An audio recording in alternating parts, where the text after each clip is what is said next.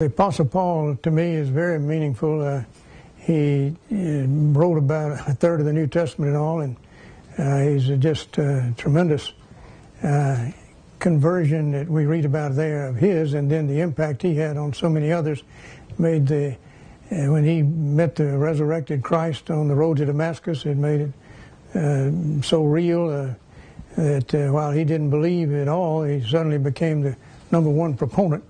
And it just really impacted my life as I read his history and the books he's written. And Paul's conversion affected me personally in the sense of just seeing what a dramatic change in his life, and then through his life in the lives of others as he tackled some real challenging opportunities and just saw how God used him, and thought, well, you know, certainly God can use me and others.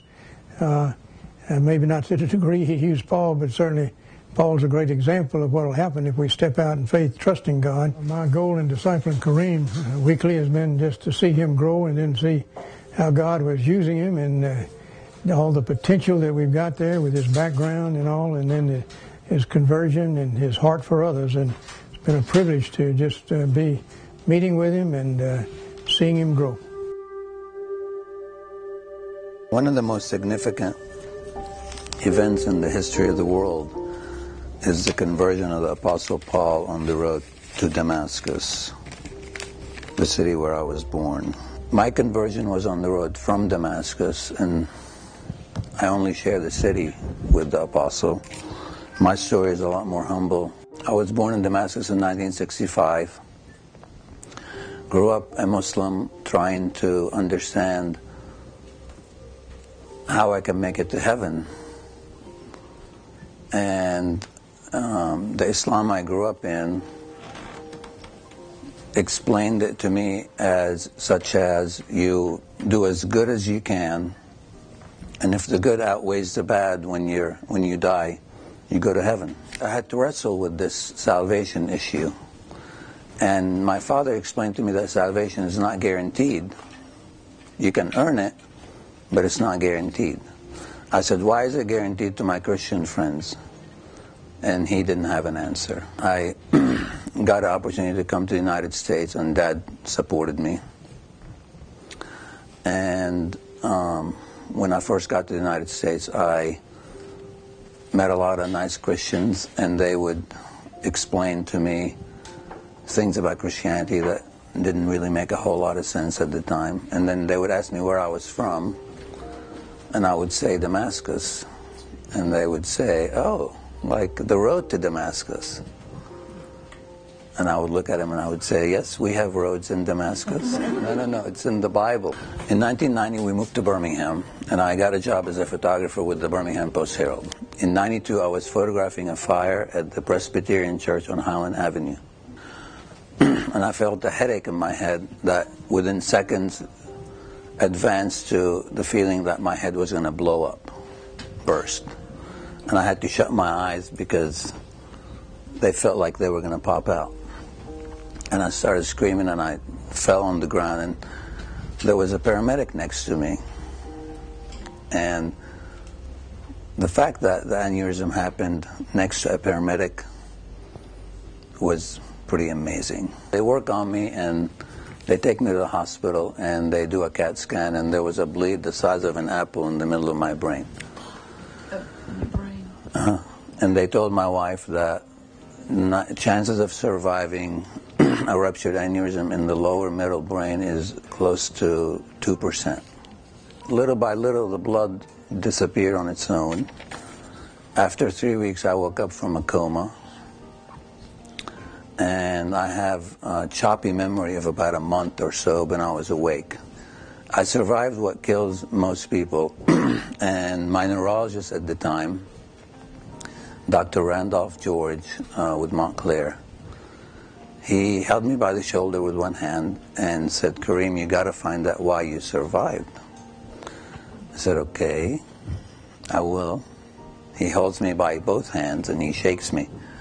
And he said, Karim, I've never seen this in my 40 years, coming back 100%, and you really need to do some exploration. I had this feeling that God saved me. I heard people tell me God saved me to tell about His love. The love that I wanted really bad when I was young.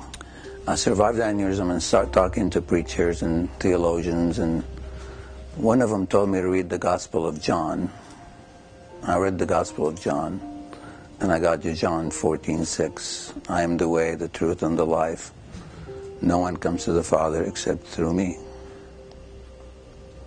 And I stopped, because I wasn't going to come to the Father and leave my family behind, and leave all the good Muslim people behind. Continued talking on and off to preachers, and then in '96, a friend of mine said, "You got to meet this preacher." I said, "Okay." We go to the Anchorage restaurant in Homewood. It's no longer there. And I'm sitting in the Anchorage, and Frank Barker walks in. And Frank sits down. He said, John 14:6 means exactly what it says, that you have to come to Christ to go to heaven. I said, "What about my family?" He said, "Your family's in the hands of God. What are you going to do?" And I said, "I'm going to walk out." And I got up and left. His words would haunt me for a decade. In 2008, I met a woman named Dana, who, after we liked each other, we started to date, and then after 2 weeks of meeting, she called me and said, "You say you're a Christian, but do you consider Jesus Christ your Lord and Savior?" I said, "I am a Christian, but I don't do those words." Next day, I started thinking of Frank Barker. Because over the past decade, those words, "your family's in the hands of God," just stayed with me. And the next week, I was shooting a dinner at the Alabama Policy Institute. And while we were having dinner, I said, "I would love to meet your pastor, Frank Barker, because I have something to tell him."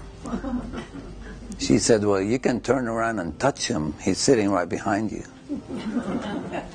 And I turned around, and I see him and Barbara sitting at a table right next to us. And I kneel by his chair, and I say, "Dr. Barker, do you remember me?" "No." 12 years ago, you told me that Jesus Christ was the only way to heaven. And? I said, "And now I believe that, and I'm good with it." When I was lost in between Islam and Christianity, I found verses like John 5:28. "Do not marvel at this, for a time is coming when all who are in their graves will hear His voice and come out. Those who have done good to the resurrection of life. Those who have done evil to the resurrection of judgment." In John 10:16, "I have other sheep that are not of this fold. I must bring them also. They will listen to my voice." And those verses to me meant that other people are going to be okay. And then after the discipleship with Dr. Barker, I realized that it's going to be my responsibility and everybody's responsibility who's a believer to make sure these people are okay. Salvation is of the Lord, but He works through us.